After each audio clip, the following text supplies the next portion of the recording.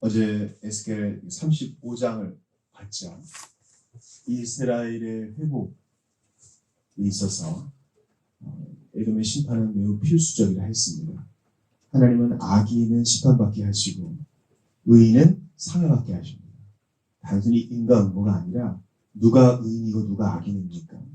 악인은 하나님을 멸시하는 자, 복음을 거부하는 자, 하나님의 백성을 핍박하는 자가 악인입니다. 윤리적인 악한 아니에요. 의인은 누구입니까? 뭔가 옳은 도덕적으로 뭔가 좋은 일을 많이 하는 사람이 아니라 의인은 주 예수 그리스도를 믿음으로 의롭다고 여김받는 자, 실제로 그렇게 의로워져 가는 자, 주 예수님의 이름을 믿음으로 죄 씻음을 받고 하나님의 자녀가 된 자가 의인입니다. 그러므로 시편 1편에서도 말하듯이 악인은 망하게 되고 의인은 복 있는 자로서 칭찬받는 것이 구원의 동전의 양면이라 할 수 있겠어요. 그래서 지난 시간에 에돔을 세일사나 이렇게 불렀죠. 산이 중심적인 의미가 있죠. 오늘 본문에서도 이스라엘의 산들에 대해서 얘기합니다. 이 산이 바로 이스라엘을 상징하는 것이고 이 시온산이 하나님 백성을 의미한다고 할 수 있겠습니다. 이스라엘의 회복과 이스라엘 백성들의 회복을 다루면서 주님은 여전히 그 땅을 짓밟고 무시하는 자들에 대해 심판을 바라십니다.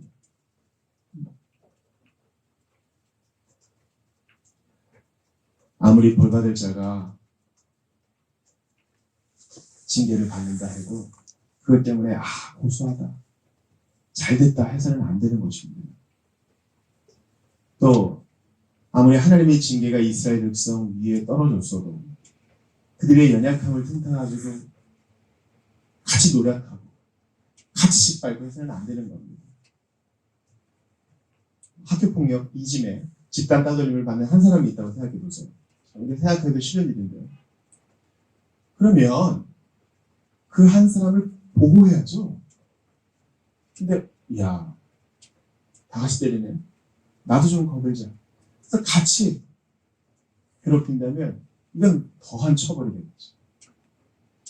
더 처벌을 받아야 됩니다. 도와주지는 못할 망정 같이 때리고 있으니 더 벌을 받아야 됩니다. 주님은 이스라엘 주변의 이방 나라들, 이스라엘을 멸시한 나라들에게 그러한 책임을 돌리십니다. 그래서 여러분 8, 9절을 보세요. 이제 주님이 이스라엘을 향하여 회복의 메시지를 전하십니다. 이제 곧 고국으로 돌아올 내 백성 이스라엘을 위하여 다시 푸른 가지를 힘차게 내뻗고 각종 과실을 풍성히 맺도록 하여라. 이 말은 뭡니까? 이제 주님이 백성들을 돌이키게 하셔서 돌아오게 할 것이니 이제 열매 맺을 준비해. 버림받은 것 같았던 그 땅에 이제 새 생명이 움돋기 시작합니다. 9절 보세요. 이제는 내가 돌이켜 너희와 함께하고 너희를 다시 사랑으로 돌보겠다. 그리하여 사람들로 하여금 너희를 경작하게 하고 씨를 뿌리게 할 것이다. 다 불타고 망해버린 것만 같은 나라 내가 다시 일으킬 거야. 내가 다 뜻이 있어서 징계도 하는 것이고 뜻이 있어서 갈대아 사람도 쓰는 것인데 네가 뭐라고 판단하느냐. 주님이 이스라엘을 업신여기던 사람들에게 물으세요. 그러면 교회가 아무리 누추해져도 하나님이 돌보시는 것이에요. 신자가 아무리 연약해져도 하나님이 사랑하는 하나님의 자녀예요. 그런데 힘들어 교회와 성도의 낮아짐에 대해서 얘기할 때 조심해야 되겠습니다. 그리고 다시는 이런 일이 없을 것이다. 주님 말씀하세요. 그럼 도대체 이게 언제 이루어진 거예요? 언제 이루어진 거예요?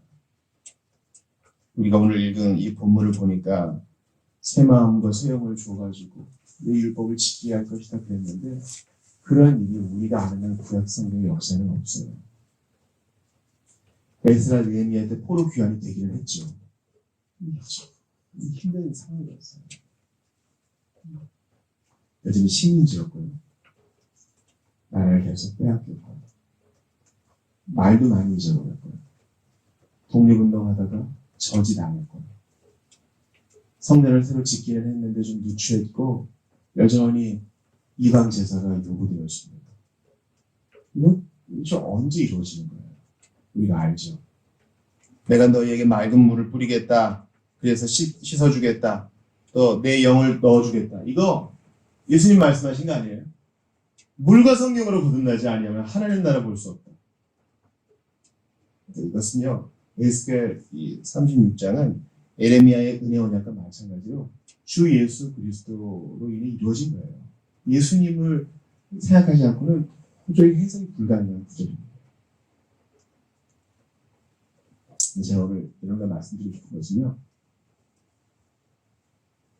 이러한 은혜의 언약이 가능하게 된 동인이에요. 동인. 무엇 때문에 이런 일들이, 이 과분한 은혜의 언약이 주어질까? 다음 시간에는 은혜의 언약을 받은 사람들의 마땅한 반응에 대해 볼 것인데, 오늘은 그 원인, 그 근본적인 힘에 대해서만 알아보자고요. 어찌 이렇게 주님이 은혜 언약에 감당할 수 없는 말씀을 주세요? 바로 자기 이름 때문이에요. 21절 보세요. 이와 같이 내 백성 이스라엘이 어디를 가든지 그곳에서 나의 거룩한 이름이 더럽혀졌으므로 내가 나의 거룩한 이름이 계속해서 더럽혀지는 것을 더 이상 그대로 두고 볼 수 없었다. 여러분, 저도 그렇고요. 실수를 자주 해요. 하나님이 스스로 자기 이름을 높이시는데 우리는요, 아래로부터의 복음을 너무 좋아해요. 주님이 이러한 은혜의 언약을 체결하시고 시행하신 이유가 뭐예요? 자기 이름. 시편 1편 보세요. 자기 이름을 위하여 의의 길로 인도하십니다. 양들을 위하여 이렇게 얘기 안 해요. 성경이 작구적인 의미가 그렇습니다. 근데 저는요, 사람들을 위로하고 싶어서 종종 이렇게 얘기해요. 나를 위하여. 맞죠? 왜냐면 갈라디아서에서 말하고 있으니까. 나를 위하여. 우리를 위하여. 근데 이것을 이제 굳이 근본으로 찾아간다면 우리를 위하시는 하나님이 맞지만 가장 근본적인 이유는 바로 자신의 영광과 찬양을 위하여 주님이 그 일을 하신다는 거예요. 자신의 일을 위하여. 그리고 그 하위 목록에 우리를 위하는 것이 포함됩니다. 기억하세요. 우리가 구원받은 가장 근본적인 이유는요. 우리가 선택받은 가장 근원적인 이유는요. 바로 그분의 기뻐하시는 뜻, 하나님의 이름 때문에 있어요. 어제 잠깐 말씀드렸죠. 왜 에서가 아닌 야곱이 대감받았어요? 왜 아브라함이에요? 왜 야곱의 아들들 중에 그 포악한 유다예요? 왜 나예요? 그리고 뭔가 좀 더 가능성이 있어서 천만의 말씀. 다음 시간에 볼 거거든요. 다음 시간 주일에 사도행전 10장 볼 거예요. 같은 세베대의 아들이에요. 야곱은 먼저 죽어. 제일 먼저 죽어. 근데 같은 형제인 요한은 사도들 중에 제일 오래 살아요. 몰라요. 신비 해석할 일이기 때문에. 그러므로 하나님의 그 기뻐하시는 뜻, 자기 이름을 위하여, 자신의 영광과 찬양을 위하여 이 일을 한다는 것은요, 신비 해석할 일이에요. 우리가 수납해야 돼요.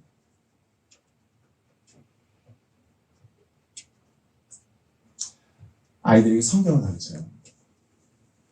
기도도 합니다. 특별히 뭐 잘못한 거 없어요. 그러나 하나님이 당연히 복을 주시고 당연히 회심시켜 주셔야만 한다고 생각하는 게 요즘 풍조예요. 그렇지 않아요. 우리가 당연히 기대할 건 하나도 없어요. 우리가 하나님께 당연히 기대할 것은 진노와 책벌밖에 없어요. 은혜 언약은 당연히 주어진 거 아니에요. 하나님의 주권, 하나님의 헌신, 하나님의 일하신 까닭에 우리가 그 수혜를 받는 것입니다. 그러므로 예수 믿고 성경 공부해보세요. 신비투성이에요. 계시 의존적 사색은요, 어느 순간 우리의 이성적 사고를 다 내려놓고 책을 내려놓고 두 손을 들고 찬양하는 거예요. 우리의 성경 공부와 연구의 최종적인 단계는 바로 찬양과 예배에 이르러야 돼요. 복종과 물구름으로 결론이 나야 돼요. 왜냐하면 이 모든 것의 근본적인 그 동인이 하나님이 기뻐하시는 그 자기 이름을 위하심, 자기의 영광을 위하심에 있기 때문에 기쁘다. 바울처럼 고백할 수 없는 기쁘다. 하나님이 긍휼을 베푸시는 이유는 모두 자기 자신에게서 나옵니다. 우리가 무슨 사랑받을 만해서 구원받을 만해서가 아니라 하나님의 긍휼이 여기심의 그 성품 까닭에 주인을 구원하심으로 영광받으시는 그분의 속성 까닭에 된 것입니다. 22절 보세요. 다만 너희가 이르는 곳마다 그 땅의 이방 민족들 가운데서 더럽혀 놓은 나의 거룩한 이름을 회복시키기 위해서이다. 자기 이름을 위해서. 여러분, 내가 왜 구원받은 거야? 몰라요. 잘 모르겠어. 나보다 똑똑하고 착하고 바탕 좋은 사람이 널리고 널렸어요. 근데 왜 내가 왜 구원받은 거야? 모르겠어. 근데 하나님이 당신의 이름을 위해서 나를 구원하셨습니다. 바울을 택하신 주님이 뭐라 그래요? 내 이름을 증거하기 위한 내 그릇이다 그랬잖아요. 그러니까 우리가 구원받은 목적은요, 하나님의 이름을 어떻게든 전하기 위해서요. 이름을 전한 다음은 그분 자체를 전하는 것이죠. 그러니까 구원받은 사람이라고 하면서 예수 이름 찬양 못하고 예수 이름 증거 못하고 예수 이름 변호하지 못하면 이거 큰일입니다. 하나님은 자기 이름을 위해 우리를 구원하셨는데 우리는 예수님 이름을 부끄러워하고 있으니 이거 말이 되냐고요. 23절도 보세요. 그래서 그 이전부터 보죠. 온 땅의 문 나라들과 민족들 가운데서 더럽히신 내 이름 곧 너희가 이르는 곳마다 그들 가운데서 더럽히신 나의 큰 이름을 내가 거룩하게 하겠다. 주님이 자신의 이름을 영광스럽게 하겠다 하셔요. 그래서 이제 내가 이방 민족들이 모두 지켜보는 가운데 너희를 통해 내 거룩함을 밝게 드릴 것이니 그때서야 온 땅의 모든 사람들이 내가 주인 줄 알게 될 것이다. 이는 나 주 하나님의 말이다. 찬양 받으시는 주님의 속성, 질투하시는 하나님, 그분은 온전히 선하시고 인자하시는 분. 그리고 이게 맞아요. 왜냐하면 모든 것이 하나님께로부터 났고 모든 것은 주님의 영광을 위해 있기 때문이죠. 우리는요, 피조물 주제에 자꾸 내가 왕의 자리에 올라가려고 숨 한 모금도 주님께 기대고 있으면서 말이죠. 태풍이 지나가고 있어요. 이 큰 비바람을 누가 조절할 수 있겠어요? 기술 문명의 첨단을 달리고 있는 인류도요. 주님 앞에서는요, 흙먼지 같아요. 저는 이 에스겔의 복된 은혜 언약의 메시지를 읽을 때마다 가슴에 벅찹니다. 그때 내가 또 너희 속에 새 영을 넣어주고 너희에게 새 마음을 불어넣어 주겠다. 또 내가 너희 육신에서 돌처럼 굳은 마음을 제거하고 살처럼 부드러운 마음을 심어주겠다. 그리고 내가 또 내 영을 너희 속에 두고 너희로 내 모든 율례를 따르게 할 것이니 그때 너희가 내 모든 규례를 지켜야 할 것이다. 이건 무슨 로봇처럼 주님이 우리를 대하신다는 게 아니라 우리에게 물을 뿌려 죄를 씻어주실 때는 회개하는 마음으로 그렇게 하시고 새 영을 불어넣어 주실 때는 기쁘게 주님을 영접하고 하나님을 향한 그분의 영광을 향한 또 갈망을 주셔서 그렇게 하신다는 겁니다. 보세요. 우리가 저도 그렇고요. 다른 사람들이 할 수 있는 것은 외면적인 것밖에 없어요. 성경을 가르치고 종교적인 행위를 하는 것은 어떻게 할 수 있겠죠. 그러나 마음을 바꾸시는 분은 주님밖에 없어요. 왜 이렇게 하신다고요? 당신의 영광을 위해서 그렇게 하신단 말이에요. 여러분, 이 신비 앞에 무릎을 꿇으세요.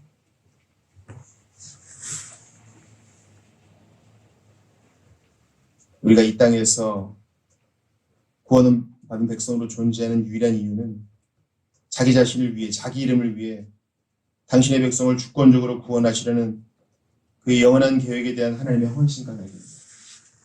그 헌신 까닭에 아들을 보내셨고 십자가에 매다셨고 죽게 하셨고 부활케 하시고 승천케 하셔서 오늘도 우리를 다스리시는 거예요. 하나님의 은혜로 있을 데 없는 자 왜 약속하여 주는지 난 알 수 없도다.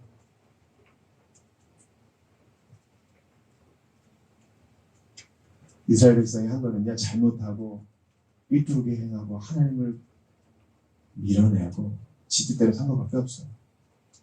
그들의 헌신은 기대할 것도 없어요. 하나님의 헌신과 약속의 헌신과 달리 이 감당할 수 있는 약속을 주어져. 그럼 우리가 뭘 자랑하고 어찌 교만하고 어찌 죄 가운데 뒹굴고 있어요. 이 사랑을 받은 자들이 눈을 뜨십시오. 오늘 이 말씀을 들은 자들이요, 정신을 차리세요. 우리 이렇게 살 존재가 아니에요. 이런 사랑을 받았습니다. 아들 내어주시기까지, 십자가에 못 박게 하시기까지 사랑하셨고, 성령을 주시기까지 사랑하셨고, 끝까지 돌보시겠다는 약속에 우리를 세우셨으니 한 번뿐인 인생 주님의 영광을 위하여, 그 이름을 위하여 주님 찬양하며 사시기를 주 이름으로 축원합니다.